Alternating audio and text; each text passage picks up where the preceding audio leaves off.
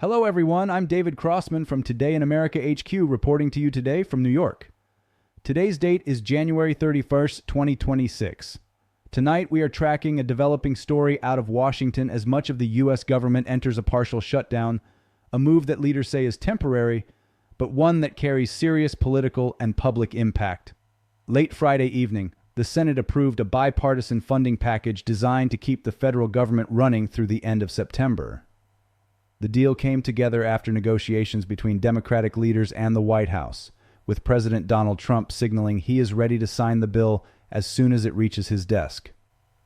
However, the House of Representatives is not in session this weekend.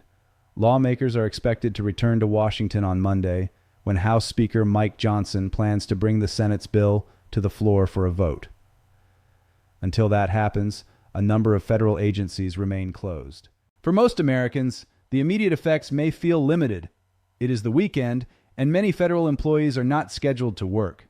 Still, the longer this drags on, the more noticeable the impact could become, especially if the House vote is delayed or the bill faces unexpected opposition. If you appreciate clear and reliable updates like this, I invite you to subscribe to the channel. It's a simple way to stay informed as these fast-moving stories continue to unfold. Let's take a closer look at what's actually shut down and why this funding fight has become so intense. Among the agencies affected is the Department of Homeland Security.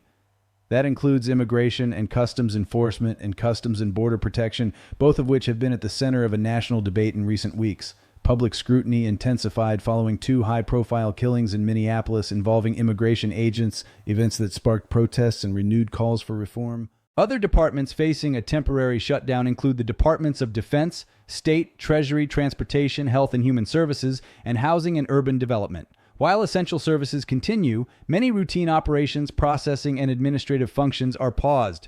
Now here's the key detail shaping this entire standoff. While most of the government would be funded through the end of September under the Senate's plan, the Department of Homeland Security would only receive funding for 2 weeks. That short-term extension was a specific demand from Democrats, who say they want time to negotiate policy changes before agreeing to full-year funding for immigration enforcement. Those proposed changes include stricter requirements for warrants before making arrests, limits on what are known as roving patrols, a formal code of conduct for immigration agents, and mandatory use of visible identification and body cameras. Senate Minority Leader Chuck Schumer addressed the chamber after the vote, saying these demands reflect basic standards that Americans already expect from law enforcement, not radical reforms. Republicans, however, are pushing back. Some lawmakers argue that these proposals could weaken enforcement efforts and make it harder for agencies to do their jobs. One senator compared the upcoming negotiations to what he called a long and inefficient process, warning that the Department of Homeland Security could face an extended shutdown if no agreement is reached by the new February 13th deadline. This political tension has been building for days.